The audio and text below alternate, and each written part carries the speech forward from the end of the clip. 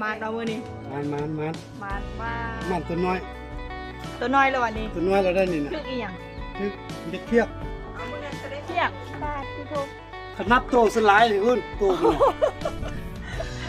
ได้หลายตัวอยู่ เออ ได้ตัวใหญ่ตัวเดียว ตัวนี้ตัวเดียว เอามัน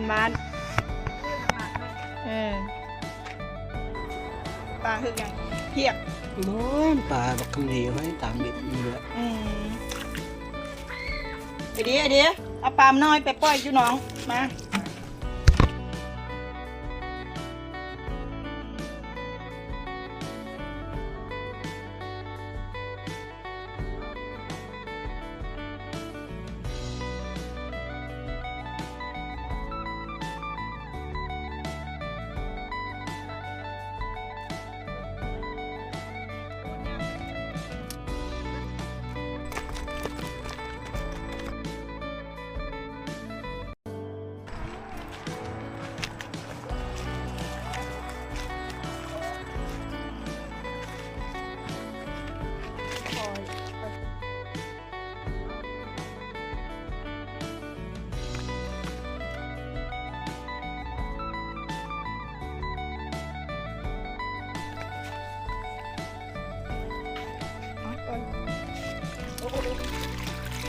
ปลาน้ำของ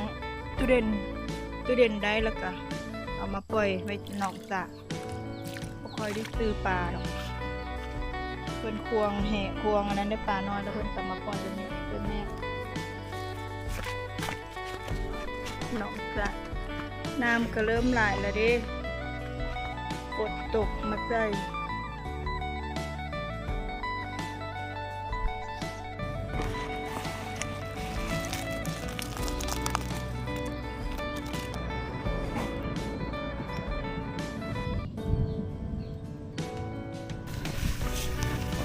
ใจแมงไม้อยู่สวนบ้านสวนจุดตุ้มตุเด่นอันนี้คือกีดอกเดือไปเอามาแต่ดอนกีดอกเดือแล้วแม่นันยูดอนส่วนหลายมันจะมียูดอนจะเป็นดอกมันจะเป็นกลิ่นเหม็นๆนะเขาเอิ้นว่าดอกอันเดือกอบดอกเดือแล้วมันก็จะไปตอมอยู่ดอกอันนั้นเขาจะตามมันเลยอันนี้ละแมงไม้เพิ่นไต้เมื่อคืนได้เฮือละน้อยแล้วเพิ่นก็เฮ็ดเป็นย้อนไว้ได้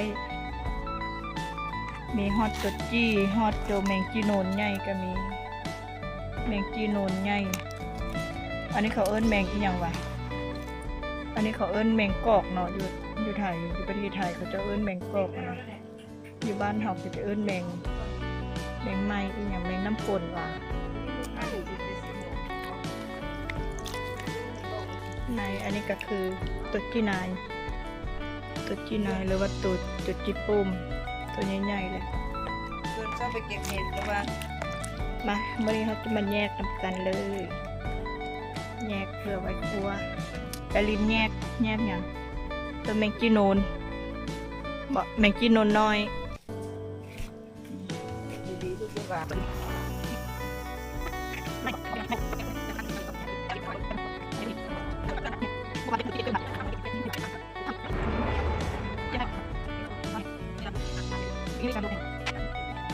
ผลงาน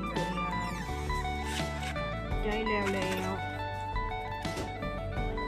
แมงจีโนนน้อยอันนี้จีดอกเดือด้วยอันนี้สารพัดแมงไม้ได้แล้วเรียบร้อย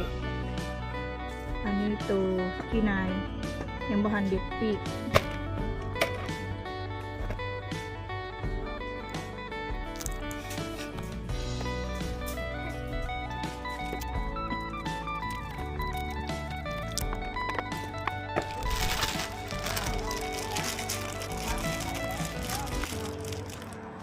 ใจเร็วๆแล้วเขาก็มามัดไปแบบนี้เวลาจะแล้วเขาก็จะเป็นต้องปิดใบเก